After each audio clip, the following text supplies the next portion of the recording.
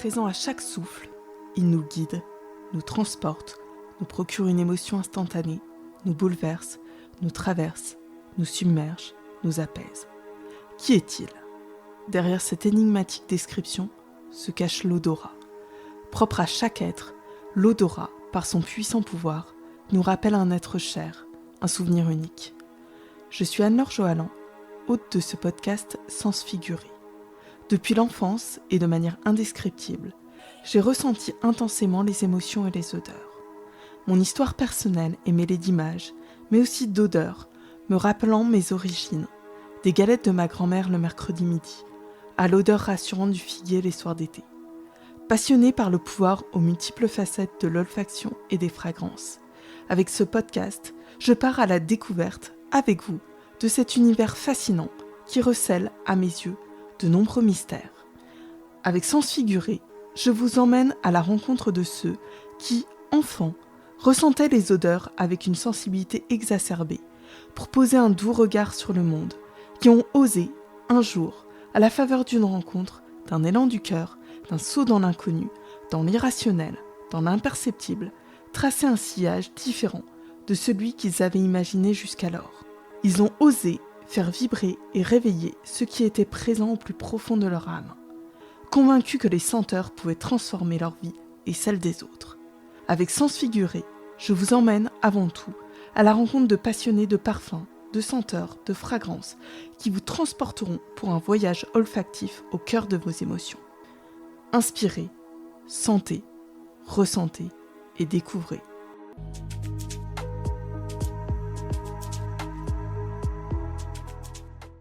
Vous écoutez mon podcast Sens figuré et vous aimez ma manière de sonder les cœurs et les esprits de mes invités au fil des épisodes ? Dans la lignée de ce podcast, je propose d'écrire ou d'enregistrer pour vous, poser des émotions sur vous, votre parcours, vos créations, fidèles à l'approche que vous pouvez percevoir via Sens figuré. Je propose également des coachings personnalisés, de retour à la connaissance de soi, pour faire des choix en conscience et atteindre avec sérénité vos réalisations et vos objectifs.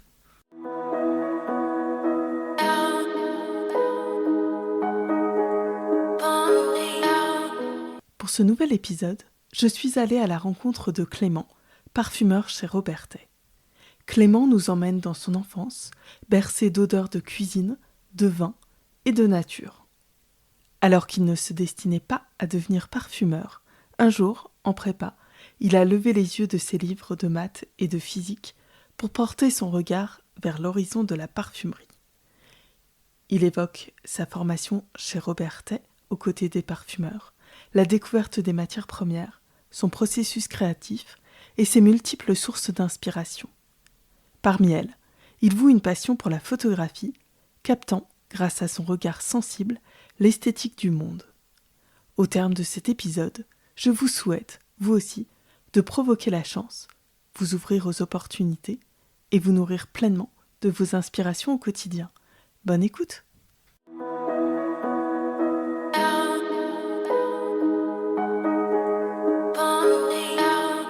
Bonjour Clément. Bonjour. Alors, Je te remercie d'être le nouvel invité de mon podcast Sens figuré.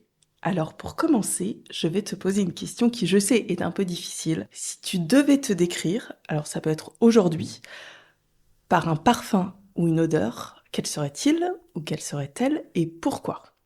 j'ai pensé à l'odeur du pétrichor. Le pétrichor, c'est l'odeur après la pluie, ou quand les premières gouttes de pluie frappent le sol, en général l'asphalte. D'accord. Il y a une molécule qui est présente sur le sol, une bactérie qui se mélange à l'eau, qui part en évaporation et qu'on sent, qui a cette odeur, c'est une molécule qu'on appelle la géosmine, et on sent et ça crée cette odeur de pétrichor. Et pour moi, c'est un de mes premiers souvenirs olfactifs et c'est une des odeurs qui m'a fait donner envie de devenir parfumeur, de me dire comment on peut réussir à, comment je peux recréer cette odeur, comment je peux la ressentir, comment je peux avoir retrouvé cette émotion, parce que pour moi, c'est une grosse émotion de marcher dans les rues, de marcher dans les couloirs du métro et même avant de voir l'extérieur, on sent cet air qui arrive ou l'été en fin de journée, on sent la pluie qui arrive avant qu'elle soit là. Je trouve que c'est une odeur qui est hyper réconfortante par ce côté souvenir, Madeleine de Proust, mais aussi par ce côté la fraîcheur va arriver, la pluie va tomber. Il y a un côté rassurant à ça que j'aime beaucoup. Et, euh, et ça a un peu défini ensuite ma parfumerie sur comment créer des odeurs les plus littérales possibles là-dessus. Ah, c'est original comme odeur, hein, Mm. mais je vois très bien. Et justement, tu fais référence à ton enfance et à tes premiers souvenirs olfactifs. Est-ce que tu es né à Grasse? Est-ce que tu es tombé dans le flacon de parfum dès tout petit ou c'est venu après? Alors c'est venu beaucoup plus tard. Si je devais trouver des souvenirs olfactifs petits, on pourrait dire que je me rappelle dans le jardin quand j'avais 6 7 ans, on avait un laurier, alors pareil un laurier sauce mais un laurier fleur. On prenait les fleurs, on les écrasait dans l'eau pour faire du parfum. Mais à l'époque, je conceptualisais pas du tout l'idée de devenir parfumeur. C'est plus que j'ai grandi en étant très souvent dans la cuisine de ma maman, à cuisiner avec elle, à apprendre, à goûter, à sentir. Et aussi, mon papa nous a toujours laissé sentir le vin. Donc, on n'avait pas le droit de le goûter, on était trop jeunes. Quand on est devenu assez grand, on avait le droit à une petite goutte de vin dans l'eau pour le goûter, mais surtout, on avait le droit de le sentir. Ouais. Et aussi longtemps que je me souvienne, j'ai toujours senti et cherché la source des odeurs. Je cherchais à savoir d'où venait, je sentais une odeur, je la décryptais pas forcément, mais je voulais savoir d'où elle venait et je la suivais jusqu'à la trouver.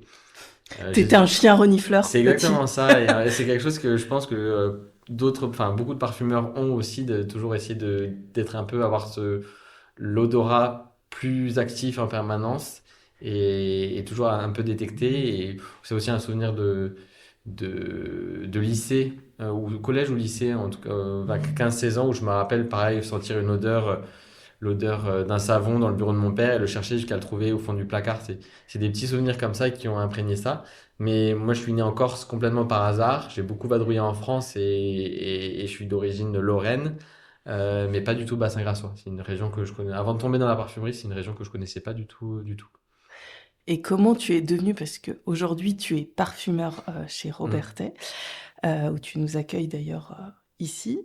Comment tu as basculé dans ce milieu-là à partir des odeurs que tu sentais du vin de ton père, à partir des odeurs de cuisine, des odeurs de la nature? Comment tu as basculé dans ce milieu-là et tu t'es dit que tu pourrais en faire ton métier?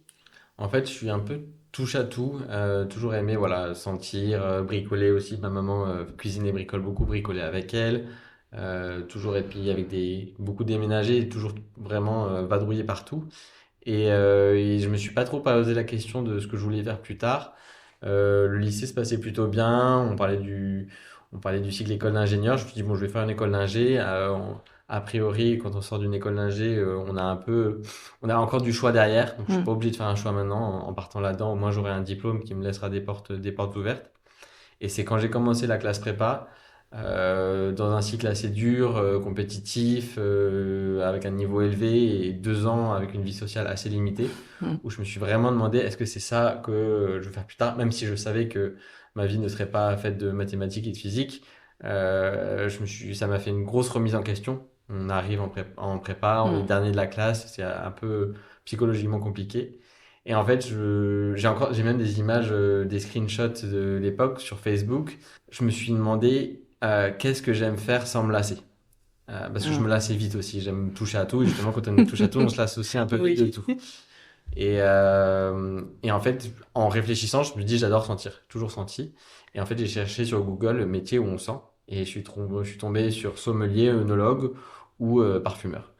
Et autant j'adore le vin, autant je me voyais pas en faire mon métier, notamment pour le côté alcool où je me voyais pas me passionner de ça. En fait, j'aime bien, je suis curieux, mais je voyais pas en faire je voyais pas un potentiel de passion là-dedans. Et la parfumerie, ça m'a tout de suite attiré. Et je disais, j'ai un screenshot parce que j'ai une capture d'écran sur Facebook, si je dis pas de bêtises, en novembre, 2 mois après mon entrée en prépa, où je demandais est-ce que quelqu'un sait comment on devient parfumeur. Ah oui, donc déjà, là, t'étais en prépa Voilà. maths Et là, sup, mais ça commençait déjà exactement. à... Ok. Et c'est ça qui m'a fait dire, et voilà, c'est le métier que je veux faire. J'étais rentré en école d'ingé, pardon, en classe prépa. J'étais dans les derniers de ma classe, ça se passait pas bien. Et ça m'a donné vraiment un goal de me dire, c'est ça que je veux faire. J'ai remonté le classement, ça m'a permis d'aller en deuxième année et continuer dans la même prépa, sinon je devais changer. Et surtout, j'ai visé une école d'ingé où je pouvais avoir une formation un peu liée de près ou de loin à la cosmétique. Moi, ça s'appelait de la biosanté ingénierie. Donc l'idée, c'était de me donner un bagage pour faire des stages et des expériences professionnelles dans des boîtes cosmétiques, en fait. Donc c'est comme ça que progressivement, bon, j'ai fait un stage chez Oriplast, qui est un flaconnier de parfum. J'ai fait un stage au CIRAD, qui est un centre de recherche agronomique à La Réunion. Et en dernier, j'ai fait un stage à LVMH, à Dior, à Saint-Jean-de-Bray, à côté d'Orléans. Et tout Mm. ça, ça m'a un peu donné des expériences là-dessus. J'avais fait aussi des projets, je me rappelle, j'ai eu un projet en première année avec Man. Enfin, l'idée, c'était vraiment de faire le maximum d'expérience. Et en fin de stage, je suis parti en Angleterre où pendant un an, j'ai bossé, on va dire, contact client. J'ai été vendeur dans une boutique, enfin une chaîne qui s'appelle House of Fraser, un peu l'équivalent des Galeries Lafayette là-bas, où j'ai d'abord été vendeur et ensuite j'ai géré un comptoir pour Rituals, où pendant un an, j'étais au contact client tous les jours à vendre les produits Rituals.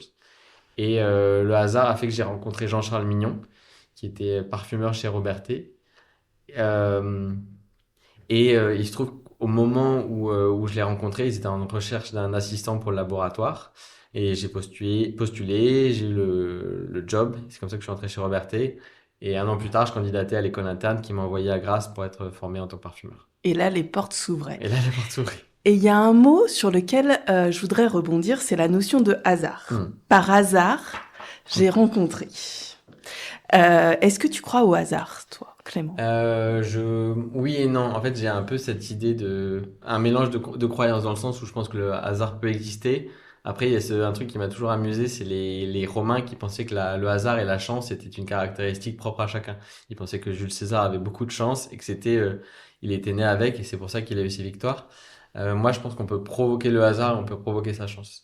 Mon entourage, mes amis, tout le monde était au courant que je voulais être parfumeur. J'en parlais. Moi, j'avais travaillé dessus. Je sais que juste après, je sais plus si c'est pendant l'école, en fin d'école, j'avais aussi tenté de rentrer à l'ICIPCA en deuxième année. J'ai toujours poussé dans ce sens-là, et ce qui fait que les gens autour de moi, j'étais très bien entouré, mais ont aussi parlé de ça. Et c'est parce qu'une amie était au courant de ce désir de devenir être parfumeur que elle-même en fait avait rencontré Jean-Charles Mignon. Elle m'avait dit j'ai rencontré un parfumeur. Je lui avais dit écoute donne-moi ses coordonnées. Hmm. Mais en fait, quelques jours plus tard, en l'occurrence dans un pub juste avant de voir un match de rugby, elle me l'avait pointé du doigt en disant voilà, ça c'est Jean-Charles, il est parfumeur. Et c'est comme ça que j'ai été lui parler. Donc oui, le hasard existe, mais il faut le provoquer. On tombe dessus, mais je pense que alors peut-être que j'aurais pas rencontré, peut-être que j'aurais rencontré quelqu'un d'autre 5 ans plus tard, peut-être que j'aurais dû faire ma propre auto-formation. Mais en tout cas, quand on pousse dans la direction, je pense qu'on a plus de chances de tomber sur ce genre de choses. Euh, Plus ou moins tôt, ça peut prendre du temps. Hmm. Je trouve la partie de chance fait peut-être que ça arrivait assez tôt, relativement tôt, même si entre guillemets je suis dans les vieux pour commencer le métier, Ouais. mais ça reste, pour moi, on provoque sa chance. Exactement. La chance sourit aux esprits préparés. Et pour Voilà. moi, dans ce que tu racontes, même en prépa, etc., même les stages que tu as fait, les différentes expériences, tu t'étais déjà préparé, tu regardais dans une Oui. direction. Donc, effectivement, les portes se sont ouvertes. Sans doute qu'il y avait d'autres candidatures pour ce poste-là, et c'est toi qui as été choisi finalement. Et donc, tu es rentré dans le groupe Robertet. Est-ce que tu peux nous parler un peu comment tu as été formé, puisque tu devais être avec des gens qui, eux, étaient formés en parfumerie. Oui.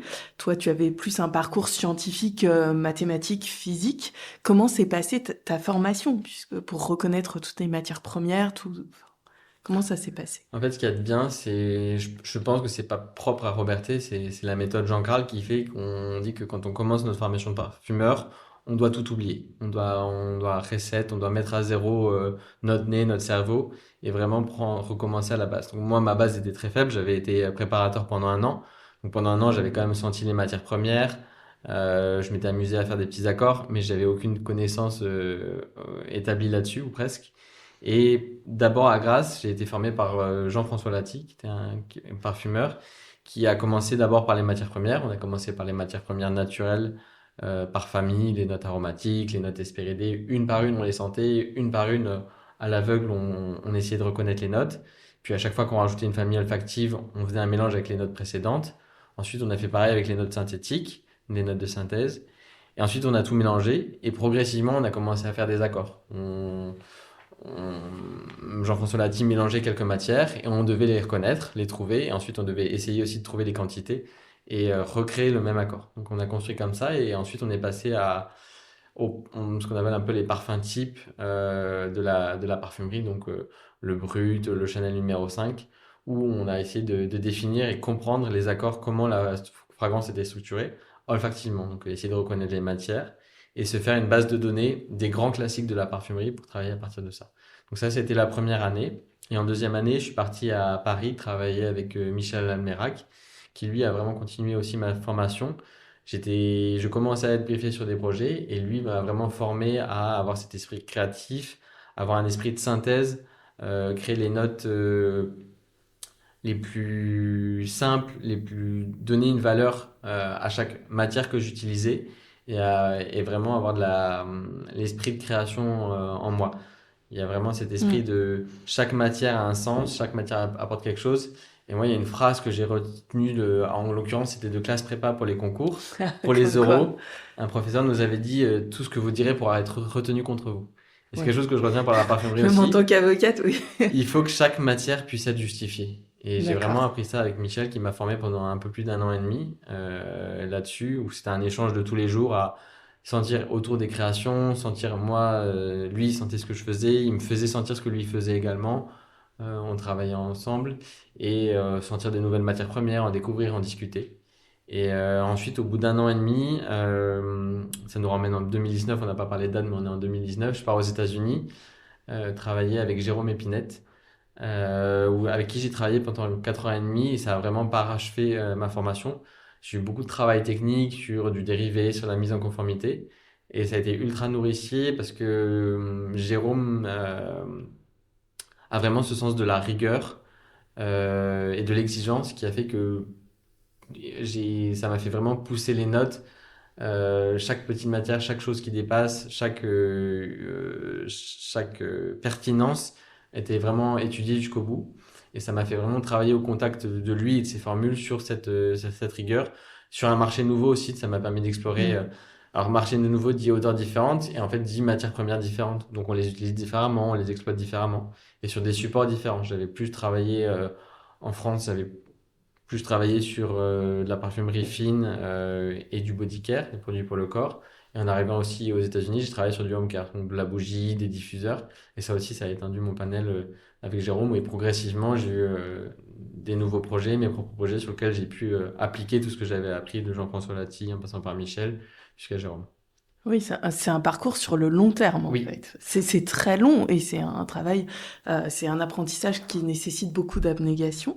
Et justement, pour identifier et retenir les matières premières, est-ce que toi, tu les associes à un souvenir, à une note de musique? Parce que tu parles de notes. Pour moi, au début, tu as appris un peu le solfège oui. et puis ensuite la composition. Comment tu photographies dans ta mémoire ou tu imprimes dans ta mémoire ces matières premières? Chaque matière résonne assez différemment. Et c'est pour ça que je disais, quand on arrive à l'école, on nous demande de partir du blanc. C'est parce que il faut s'imprégner de chaque odeur sur notre premier instinct. C'est l'olfaction est le seul sens qui passe directement dans la partie des émotions du cerveau sans passer par le cortex. Et en fait, une matière va évoquer tout de suite quelque chose. Et il faut réussir à se mettre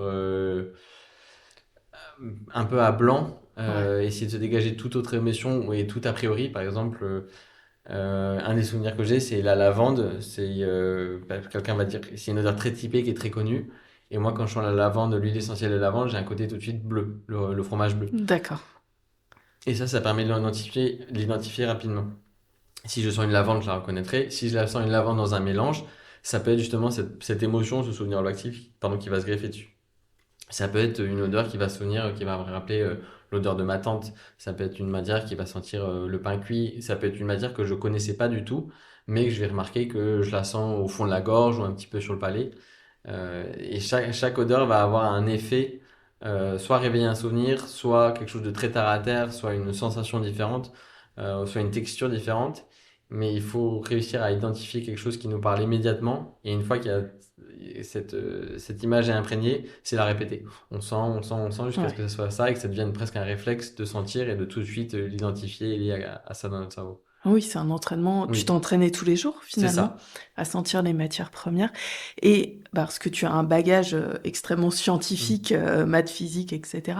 Est-ce que la parfumerie t'a permis de te reconnecter à tes émotions ou est-ce que tu les avais toujours eues, tu les as toujours entendues ou tu les as un peu tues pendant tes études? Je pense que je les ai un petit peu tus pendant mes études. J'avais ce côté très un peu cartésien, Hmm. mathématiques, ingénierie, etc.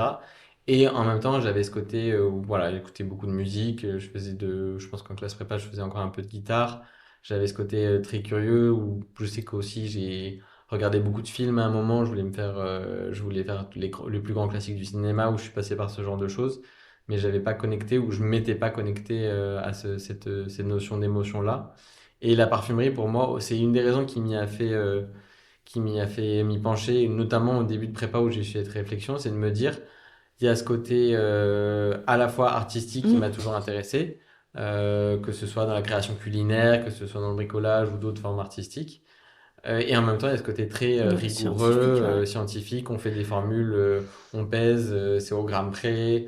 Il y a des réactions chimiques qui se Hmm. font. C'est d'ailleurs pour ça que j'avais voulu partir et faire un peu de chimie.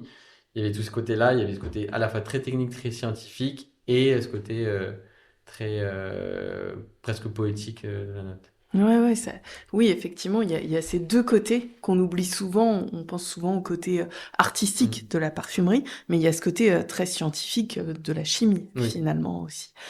Et justement, tu as évoqué ton côté poétique, tu as été formé, ensuite tu as dû avoir aussi ta propre patte en parfumerie, ton propre univers. Quelles sont aujourd'hui, toi, tes sources d'inspiration, puisque je sais qu'elles Mm. sont diverses et c'est très bien. Est-ce que tu peux nous évoquer tes différentes sources d'inspiration aujourd'hui? Oui. Alors, sur les sources d'inspiration, pendant longtemps, d'ailleurs, je me suis dit, en fait, il y avait plein de choses qui m'inspiraient et je savais pas forcément faire le lien entre tel élément à entraîner telle inspiration sur tel parfum. C'est juste que je pense être de nature curieuse et je me nourris un peu de tout ce qui m'entoure et de tout ce que je vois. Que ce soit sur les loisirs créatifs, artistiques, les balades en pleine nature. Je pense qu'on se nourrit un peu de tout, ça se mélange un petit peu à l'intérieur et c'est ça l'inspi. Et moi, dans mes passions, je pense que la première et la principale autre passion que la parfumerie, c'est la photographie. Je fais beaucoup de photos. Et justement, je pense que j'ai commencé un petit peu en même temps que le. En fait, j'ai reçu l'appareil argentique de mon grand-père que mon papa m'a donné quand j'étais petit. J'ai pas forcément formalisé une passion là-dessus, mais ça m'a toujours intéressé. Et c'est aussi en sortant de prépa où j'ai vraiment pris un intérêt fort là-dessus. C'est vrai qu'au collège, non, je reprends ce que j'ai dit au collège, lycée, j'avais déjà, mon meilleur ami faisait déjà commencer la photo et ça m'avait déjà intéressé à ce moment-là. Mais il y avait aussi ce côté challenge technique, très un peu technologique, Hmm. même en argentique, rigueur, la règle des trois, le nombre d'ans, ce genre de choses qui étaient intéressant, et comment dégager de la poésie. Et moi, la photographie, en particulier la photographie de paysage, est vraiment une grosse inspiration. On a cette notion de plan, cette notion de lumière, cette notion de couleur, l'idée de trouver un sujet et de construire quelque chose autour. Et c'est des choses qui se reflètent énormément dans la parfumerie et qui m'inspirent beaucoup. Je- Oui, c'est vrai, tu as un compte Instagram dédié à la Oui, photo autre que celui du parfumeur. Effectivement, on sent une approche poétique, sensible sur les jeux de lumière, effectivement, entre les couchers de soleil, les jours aussi, sur l'architecture oui, aussi, on le sent, sur le musée d'Orsay oui. aussi, puisqu'on s'est connus lors d'une formation au musée d'Orsay sur l'art. Effectivement, toutes ces sources d'inspiration, on les sent aussi chez toi et on Mm. sent tes différentes passions et ton regard un peu poétique sur le monde. Et pour revenir de manière plus pragmatique, est-ce que tu peux nous expliquer ton travail au quotidien chez Robertet, puisque les auditeurs ne connaissent pas forcément Robertet. Mm. Comment tu travailles au quotidien, hein? Comment tu crées En fait, la façon dont on fonctionne sur la création de formules, on reçoit un brief d'un client. Donc, il y a un client qui va venir nous voir vers nous, qui va nous présenter, en général, une présentation, souvent avec des images, des mots-clés, du texte, qui va nous dire, voilà, j'aimerais un nouveau parfum qui s'adresse à tel type de public. Soit il va être très ciblé en disant, je souhaite une rose, j'ai tel budget, je vise tel pays, donc vous devez suivre telle conformité. Soit il va être très large en disant, voilà, j'ai un nouveau parfum, voici quelques images que je trouve inspirantes, qu'est-ce que vous me proposez? Donc il y a vraiment une gamme de briefs qui est très très variée. Ça peut être d'ailleurs pour être de la bougie, enfin, hmm. chez Robertet, les parfumeurs sont libre de travailler sur différents projets. Donc, on peut travailler sur de la parfumerie fine, comme sur la maison, comme sur du corps. Ça donne, je trouve, une expérience assez riche et tous les esprits tous nourris. Donc, on reçoit ce brief et, par exemple, je vais prendre celui de la rose. Je vais devoir créer une formule à partir de ça pour parfumer le produit final. Donc, on a pu recevoir, par exemple, une crème de notre client et il nous dit, voilà, il faut la parfumer à 0,3% et on aimerait une odeur de rose fraîche le matin. Euh, Soit je pars d'une feuille blanche parce que j'ai envie de commencer une formule de zéro. Soit justement, ça fait quelques années que j'ai travaillé plein de roses différentes et je vais pouvoir aller regarder dans ce qu'on appelle ma bibliothèque les roses que j'ai déjà faites. Et je vais pouvoir aller prendre dans ces roses-là les éléments que je souhaite avoir, ce côté pétale frais. Je vais pouvoir me dire, ah ben c'est un client par exemple qui travaille aux États-Unis, je sais qu'ils donnent bien les notes vertes, je vais pouvoir prendre un élément d'une note verte un peu pomme parce que je pense que c'est pertinent pour ce type de marché. Et ma connaissance et mon expérience des formules vont me faire utiliser ces ingrédients et les mettre ensemble à des dosages qui, à force de les répéter, deviennent un peu un second sens. Je sais que si je veux utiliser telle matière pour atteindre telle odeur, je vais devoir utiliser telle quantité. Et je vais créer une formule. En général, on formule sur 1000 unités. C'est-à-dire que dans 1000 unités, je vais mettre 10 unités, en général, on parle en grammes. Sur 1000 grammes, je vais mettre 10 grammes d'absolu de rose, je vais mettre 100 grammes de bergamote, je vais mettre 30 grammes d'une molécule qui s'appelle le linalol. Et chez Roberti, il se trouve qu'on est le leader mondial des notes naturelles de la parfumerie et on a accès à un panel énorme de notes naturelles. Ça fait que c'est un peu un luxe. On peut vraiment aller chercher dans un portefeuille énorme de notes et pouvoir leur enrichir les notes et faire ce jeu entre la synthèse et le naturel pour achever une note olfactive dessus. Et une fois que je suis satisfait de la note, que je pense qu'elle correspond au brief, je vais discuter avec une évaluatrice. L'évaluatrice, c'est un peu elle connaît, c'est un peu la mémoire et le savoir entre les parfumeurs et le client. Elle nous connaît D'accord. très très bien, elle connaît toutes les notes qu'on fait et elle connaît aussi très bien le client. Elle est capable, en sentant mon odeur, de se dire, ah, effectivement, je pense que ta note va pour ce client ou non, je pense que ta note ne correspond pas. Après, chacune a une façon de travailler différente. Certaines vont être très techniques et vont nous dire, tes notes vertes sont trop poussées. Certains vont plus partir dans la fraîcheur ou nous dire, ah, je Dans pense que l'émotion, ouais. ta rose est trop riche ou plus Ouais. légère. Et ce sont aussi elles qui ont reçu le brief en premier et qui ont été capables de dire, ben, Clément, il sait bien faire des roses, ou Clément, lui, ses roses, c'est plutôt des roses fraîches. Donc je pense il est pertinent pour ce brief. Et elles vont pouvoir me dire, ben, moi, et me dire, pour ce brief de roses, tu nous avais travaillé, on avait senti ta note pétale de rose qui avait un effet intéressant, ou tu avais fait une note poire rose qui était intéressante. Inspire-toi-en pour créer une nouvelle note pour ce profil-là. Et donc là, on part sur un échange où on travaille la note, on sent ensemble, on fait des ajustements jusqu'à arriver à quelque chose dont on est tous les deux contents, qui est présenté au client, qui à son tour va nous faire un retour. Et en fonction de son retour, on retravaille jusqu'à arriver à une validation ou non. Mais je ne sais pas exactement, mais je pense qu'on perd 99% des projets sur lesquels on est. 98. Et justement, c'est dur quand même psychologiquement, on a travaillé pendant des mois, parfois des années, on a utilisé toutes ces sources d'inspiration et on a 98% ou 99% d'échecs. Comment tu appréhendes justement cet échec? Quelle est ta vision? Puisque Oui. pour moi, l'échec, on ne peut pas le changer. Ce Non. qu'on peut juste changer, c'est notre manière de réagir. Comment toi, tu réagis par rapport à ça? Alors, au tout début, ça fait bizarre. Parce au final, en interne, on est content. On a quelqu'un avec nous qui en est content. Plusieurs personnes sont contentes de la note. On pense que c'est pertinent et puis le client n'aime pas. Et au début, c'est un peu frustrant. On a un peu du mal à se remettre en question. Et en fait, c'est juste la répétition, puisque c'est tous les jours, tous les jours, tous les jours, qu'on prend l'habitude et que cette forme d'échec, on dit, bah, c'est pas grave. Déjà, j'ai travaillé une note, j'ai appris des nouvelles juxtapositions de matières premières, j'ai appris là-dessus. Et puis cet accord, encore une fois, pétale de rose poire, peut-être qu'un jour, je vais pouvoir m'en resservir pour une autre note. Et ça m'a permis de comprendre que ce client que je pensais aimer, par exemple, les notes vertes poire, en fait, pas du tout. Il voulait une note très européenne, il voulait quelque chose de très rose classique. Maintenant, je le sais, et sur les prochains briefs, s'il me demande un muguet, ben, je ferai un muguet classique. Et on apprend et on devient de plus en plus pertinent.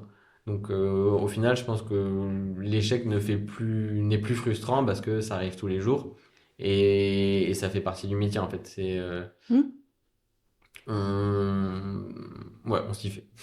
Et est-ce que parfois tu as réussi à emmener des clients vers des notes auxquelles ils ne s'attendaient pas, qui étaient un peu peut-être différentes de son brief initial, mais finalement qui l'ont surpris positivement? Oui, ça peut arriver. C'est ça qui est intéressant aussi. Alors parfois, c'est sur des briefs très libres où ils ont aucune attente et ils veulent être surpris. Parfois, le client s'attend à avoir un type de note parce qu'il le pense pertinent pour un marché. Et nous, nos connaissances du marché, il faut qu'on puisse lui dire, on pense que ce type de note sera plus pertinent et on peut le convaincre de ça. Et c'est notre rôle en tant que parfumeur aussi de veiller à ça, mais c'est aussi le rôle du commercial qui connaît très bien les marchés, qui connaît très bien les notes là-dessus. Et donc ça peut arriver qu'on puisse se surprendre et avoir une note là-dessus. En général, on parle de notre coup de cœur, soit parce que Mmh. la note correspond exactement à ce qu'il voulait, soit il s'y attendait pas et puis finalement il s'est dit, je pense que ça correspond mieux à mon brief que ce que je pensais à la base, donc on y va. Ça arrive. Donc il n'y a pas que des échecs. Non, non, non, non, il y a ici. Et justement, parmi ces 1 ou 2 Mm. de réussite, il y a des fragrances qui aujourd'hui et des bougies, et autres créations parfumées qui sont aujourd'hui commercialisées, qui sont tes créations. Est-ce que tu souhaites nous en évoquer une, plusieurs? Et quel a été, le brief, le processus créatif? Comment tu as cheminé pour que ton projet soit retenu? Alors, j'en ai pas choisi une, j'en ai choisi trois. Mais c'est Allez, la tu as le même droit. marque, en fait. C'est une marque qui s'appelle Binaural, qui a été créée aux États-Unis. Ils sont basés à Miami. Et on les a accompagnés sur leur création de leur marque, où ils en ont sorti quatre pour commencer. Et donc, sur les trois que j'ai créés, c'était un des premiers briefs. Alors, c'est un des premiers briefs créatifs, ultra créatifs que j'ai eu. Et j'ai eu l'impression que c'était un des premiers briefs où j'ai eu la sensation d'avoir une signature. Je sais pas forcément définir par des mots de façon simple ma signature, mais j'ai vraiment eu l'impression de pouvoir m'exprimer dessus. Parce que les briefs, c'était simple, c'était une page A4 avec 5-6 images dessus, quelques mots-clés, une phrase et c'est tout. Et en fait, c'est là que j'ai compris que, alors, le lien avec la photo, je l'avais déjà un petit peu, mais là, le lien visuel a été énormément parlant. C'était, alors, ça jouait par la façon dont le client avait de s'exprimer et peut-être qu'il y avait une connexion qui s'est faite parce qu'on était dans un même esprit ou une même façon de penser. Mais les images étaient ultra parlantes et j'ai tout de suite eu l'inspiration. J'ai tout de suite fait le lien avec des matières premières. Ça a aussi été un brief où je suis parti que de feuilles blanches, où j'ai tout de suite eu des idées de matière à jouer là-dessus. Et en fait, ça s'est bien passé dans le sens où j'ai gagné ces trois notes et j'en suis fier en fait. J'ai vraiment ce C'est côté, important. ça me représente, je les comprends, je les maîtrise. Euh, et voilà, c'est un peu mes bébés, c'est moi. Et j'ai vraiment cette sensation d'avoir quelque chose qui m'a tout de suite parlé et de faire le lien, voilà, on parlait tout à l'heure d'inspiration, de faire le lien tout de suite entre une inspiration qui est liée à une matière et qui se construit pour créer un parfum derrière. Et qu'est-ce qu'il y avait, par exemple, comme image, si tu peux nous les révéler ou... Oui, alors par exemple, il y en avait un qui s'appelle Happy Hardcore. Il y avait une image de boîte de nuit avec des gros néons rouges. Il y avait une image de fruits coulants. Il y avait des images métalliques. Il y avait une image de cuir, de vinyle. Et ça m'a donné, en fait, ça m'a tout de suite inspiré et j'ai créé une sorte de chypre moderne avec une image, avec une note. C'est un peu facile de faire le lien comme ça, mais par exemple, les néons pour moi c'était lié au rose oxyde. Donc j'ai une odeur très vive, très amère, presque de poivron, très rosé, très presque dur. Les notes cuirées, je suis parti sur des notes cuirées, mais aussi assez amères, et avec une pêche qui vient derrière arrondir tout ça, que j'ai converti en goyave en fait, pour avoir une note très exotique qui vient donner de la respiration à la note. Et il y avait quelques autres images dont j'ai oublié, que j'oublie, mais c'était très en couleur, c'était énormément parlant. Et il se trouve qu'à l'époque, on n'avait pas encore l'idée des flacons finaux, mais ce code couleur était ultra parlant et eux ont utilisé ce code couleur des images jusqu'au code couleur final, ce qui fait qu'il y a un vrai sens entre les Ouais. couleurs de la mood board qui ont inspiré le parfum et qui se reportent jusqu'au flacon finaux. D'accord. Donc là, tout de suite, tu as eu des flashs. Oui. Et pour tes inspirations, est-ce que tu as tout le temps des flashs ou dans le processus, parfois, il faut que tu laisses un temps d'infusion pour ton esprit? Souvent, il faut un temps d'infusion. Des fois, c'est un peu. on va dire pas compliqué parce que les temps de brief peuvent être d'une semaine comme d'un mois. Et D'accord. parfois, on a des briefs qui ont sur un temps une semaine sur lequel on aimerait avoir un mois parce que l'inspiration vient pas immédiatement, ou on n'a pas les clics, ou tout simplement on a le cerveau trop embué par d'autres projets. Et ça vient plus ou moins naturellement. Encore une fois, moi, les images me parlaient énormément. J'ai des briefs qui sont purement textuels qui vont moins me parler. Après, j'ai des briefs textuels qui vont me parler. Il y a des briefs très terre à terre aussi où on a déjà des choses en cours. C'est là que le travail des évaluatrices est ultra important aussi. C'est parfois nous, on n'a pas l'inspiration parce qu'on connaît nos notes, on a pris des temps dessus, mais quand on finit par en avoir quelques centaines, voire quelques milliers, Mm. parfois elles vont me dire, elles vont nous inspirer en disant, écoute, cette note-là, je pense qu'elle est pertinente et on peut l'avoir complètement oubliée. Ou on va juste suivre l'inspiration en se disant pourquoi pas, souvent elles ont bien raison leurs recommandations sont pertinentes et nous permettent d'avancer sur le projet, sur une inspiration qui est la nôtre, mais de façon décalée en fait. C'est un peu leur inspiration à elles qui fait aussi le lien. C'est ce travail en équipe Exactement. finalement. Ouais. Est-ce que toi, tu as peur de la page blanche quand tu crées ou maintenant tu l'as plus et tu te dis que l'inspiration, elle va... En fait, j'ai pas peur, mais ça m'ennuie quand je l'ai en fait. C'est parce que j'aurai toujours une solution de repli, des choses à tester, mais j'anticiperai une frustration de ne pas être parvenu à une idée. Ça peut être un peu frustrant, notamment sur un brief ou un client que je trouve ultra inspirant, qui m'interpelle. Soit d'avoir une page blanche parce que la connexion ne se fait pas alors que quelque chose me parle, ou alors de ne pas avoir la page blanche et de commencer des notes, mais pas arriver olfactivement à créer ce que j'imaginais là-dessus. Et je pense que la page blanche, je sais plus où est-ce que j'ai lu ça, mais la seule solution pour s'en débarrasser, c'est de le faire en fait. Ouais. Donc même si j'ai une page blanche, ben, j'essaie quelque chose. Et bien souvent, c'est comme ça que ça peut débloquer une idée ou créer quelque chose qui va me dire, ah mais en fait, non, c'est bon, je vois vers quoi je vais tendre parce que j'ai testé des choses qui vont pas. Mais justement, ça m'a inspiré sur autre chose qui sera qui m'ira. Donc tu as appris à accueillir ça.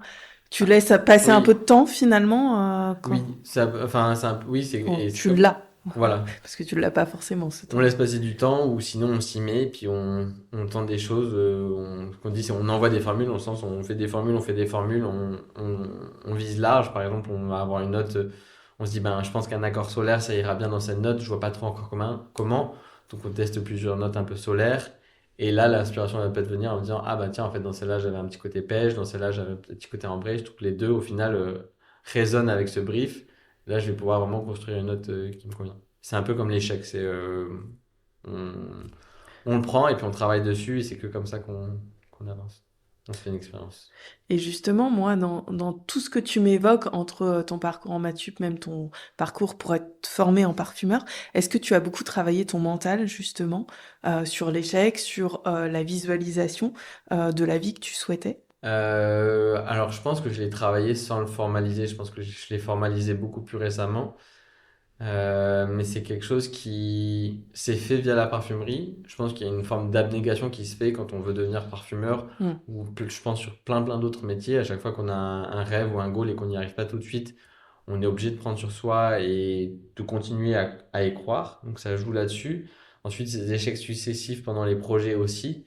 Et ça m'a plus donné une forme d'acceptation de l'échec que j'ai ensuite euh, on va dire, un peu appliqué au reste de la vie, d'accepter ce qui se passe autour et pouvoir faire un step en arrière et pouvoir prendre du recul, que dans l'autre sens, m'être formé à cet échec. C'est quand même facile de se louper sur un brief parce que c'est le métier veut ça, le milieu veut ça. Personne ne vous en voudra de ne pas avoir réussi à gagner un Mhm. projet. Et au final, ça crée une forme d'acceptation bienveillante qui, au fur et à mesure, prend part en nous et qu'on peut réutiliser ailleurs dans d'autres domaines plutôt que dans l'autre sens. Après, je pense qu'il y a des gens qui ont eu cette tolérance en vis-à-vis même dès le début. Je ne sais pas si je l'avais, mais en tout cas, elle s'est construite et m'a permis de... Ça m'a construit via la parfumerie plutôt que moi qui ai cherché à comprendre ou à analyser cet échec, surtout au début quand on est en pleine formation et on joue là-dessus. Très bien, parfait. Et tu l'utilises notamment pour le sport aujourd'hui ou pour d'autres... Euh, oui, en fait, le sport, pareil, c'est une acceptation d'accepter qu'un jour ça se passe moins bien, qu'on court moins vite, qu'on est fatigué, qu'on soit obligé d'arrêter une séance plus tôt.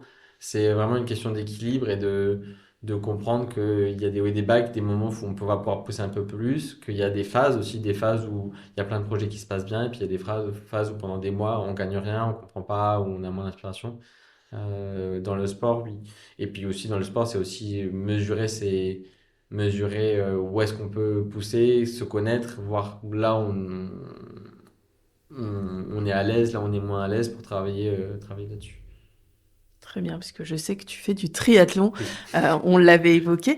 Et quand tu es parfumeur, tu es obligé de t'inspirer aussi en permanence. Donc, on a évoqué un peu la photo, mais comment au quotidien tu t'inspires pour nourrir ta créativité, avoir des idées nouvelles?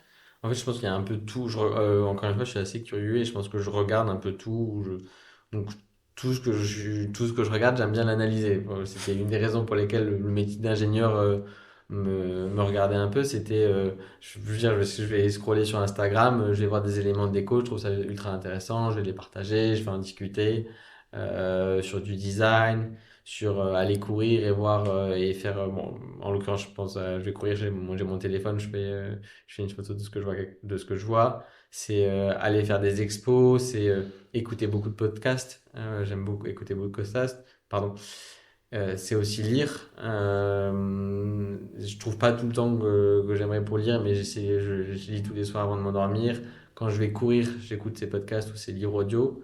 C'est en vacances ou le week-end, faire une sortie vélo et s'émerveiller devant les paysages, devant une fleur sur le bas-côté. C'est un peu ce côté, tout à l'heure je parlais de quand on sent et dans la rue et sentir une odeur, la décrypter et la suivre. Bon, ça marche pour tout en fait. On peut prendre le temps d'être éveillé à tout ce qui nous entoure et le regarder de façon assez ouverte et de se demander comment ça fonctionne et de se dire qu'il y a un peu de l'intérêt dans tout et essayer de le comprendre et le lire là-dessus. Et juste en étant un peu ouvert à tout ce qui se passe autour de nous, à le provoquer un peu aussi, c'est discuter, je le disais, aller voir des Mm. expositions, c'est s'intéresser à ce que font les autres personnes dans d'autres milieux, artistiques ou non, que ça nous nourrit. Et c'est pour ça que je dis que l'inspiration, il n'y a pas forcément un lien entre moi, je pense qu'il y a 2 semaines, j'ai discuté avec un boulanger pendant 1 heure. Je sais pas forcément dire à quel moment ça se retranscrira là-dedans, Mm. mais la discussion était assez variée, pas que sur la boulangerie. Et je sais que ça nourrit en fait. C'est une bibliothèque Voilà. en fait personnelle d'inspiration que tu te crées. C'est ça, c'est une bibliothèque personnelle, c'est rajouter plein de chemins de pensée dans le cerveau que lui va réutiliser. C'est jouer un peu sur la plasticité du cerveau pour aller taper dedans plus tard. Effectivement, et tu as un cerveau qui est très plastique Mm. parce que tu as dit que quand tu avais des briefs qui étaient sous forme de texte, ça t'inspirait moins. Et pourtant, nous, quand nous avons fait une formation sur l'art, moi, j'ai constaté que tu écrivais très bien. Est-ce que tu prends le temps d'écrire? Est-ce que ça te permet de décrire plus finement tes émotions, tes inspirations, tes sentiments? C'est quelque chose de l'écriture, c'est récent et pas récent en même temps. C'est quand j'avais 17, 18 ans, j'avais écrit quelques poésies. J'étais émotionnellement pris, on va dire, et la poésie m'avait permis de jeter des mots dessus, et j'avais vraiment aimé. Et je l'ai mis un peu de côté, j'en ai pas eu besoin. Et l'an dernier, je pense qu'une des premières étapes, ça a été de faire, bon, en l'occurrence, c'est sur ma page Instagram Parfumeur que je fais quelque chose qui s'appelle le lundi inspi. Mm. Et en fait, alors, tous les lundis, du moins j'essaie, hein, je pense qu'en moyenne un lundi sur deux, de coucher sur le papier, souvent avec une image, sur 3 inspirations, et de décrire un petit peu pourquoi ça m'inspire. Encore une fois, ça peut être une expo, ça peut être une chanson, ça peut être une balade, peu importe, et d'écrire là-dessus. Et je pense que ça m'a donné envie d'écrire, et j'ai commencé à écrire beaucoup plus, que ce soit là-dessus, que ce soit en discutant avec les gens. Et ça m'a permis vraiment de m'exprimer. Et j'ai découvert que quelque chose que j'avais formalisé déjà un petit peu en parfumerie, c'est-à-dire que j'aime bien que mes parfums racontent des histoires, Mm. j'ai en fait un peu redécouvert que j'aimais aussi le faire à l'écrit.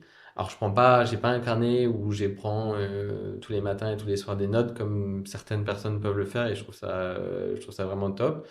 Moi, c'est une autre forme différente, mais j'aime vraiment bien le faire. Et on parlait de notre rencontre pendant la formation au musée d'Orsay, où on nous a notamment demandé d'écrire des histoires qui s'inspiraient ou que nous inspiraient des œuvres artistiques. Et en fait, je me suis vraiment amusé, j'ai trouvé ça vraiment rigolo et ça m'a vraiment projeté sur l'idée de j'aime bien raconter. Et je le vois récemment aussi avec des clients où je dois exprimer et raconter l'inspiration derrière certaines odeurs. Et encore une fois, en fait, c'est assez passionnant de partager, de raconter et de raconter des histoires. Et je pense que la formalisation de ça, c'est j'aime bien raconter des histoires. Très bien. Eh bien, là, tu nous as raconté une belle Mm. histoire. Et justement, pour refermer ce chapitre de ce podcast et pour parler d'inspiration, quelle odeur t'évoque ou quel parfum t'inspire notre échange? Alors, tu m'avais envoyé les questions avant, du coup, je me suis dit, celle-là, ben, je vais pas la préparer en fait, Donc, c'est de parce que l'improvisation. je ne vais Allez. pas la préparer. En fait, je sais pas pourquoi je pense au citrohexénol, qui est une matière verte de la parfumerie qui sent le vert, qui amène beaucoup de fraîcheur.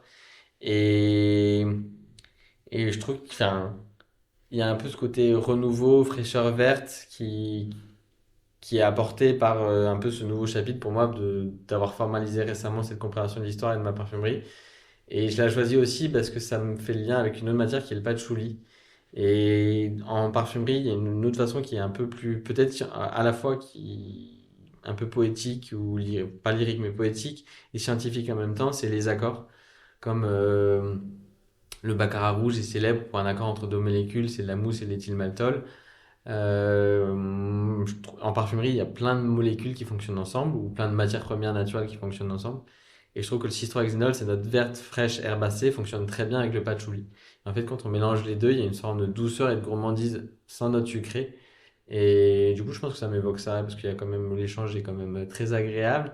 Et il y a ce côté un peu et chaleureux, ce côté traditionnel du patchouli, qui prend une nouvelle forme, qui prend une nouvelle interprétation avec cet ajout du citrohexanol, qui ramène de la fraîcheur, de la vivacité et un peu une nouvelle histoire sur une histoire classique mais revisitée. Très bien, bah, je te remercie pour cette belle évocation, Merci. Clément, et je te souhaite d'écrire encore de nouvelles pages de cette belle histoire. Merci Merci. beaucoup. Cet épisode vous a plu, je vous remercie sincèrement de l'avoir écouté. N'hésitez pas à en parler autour de vous et à me laisser 5 étoiles et un avis sur votre plateforme d'écoute. Vous souhaitez en savoir plus sur l'invité de cet épisode? Rendez-vous sur la page Instagram de Sens Figuré ou sur mon site internet Lisez, en lien en description de cet épisode. Ensemble, sentons pour que l'olfaction devienne la boussole puissante de nos intuitions sur les êtres que nous sommes et qui nous entourent.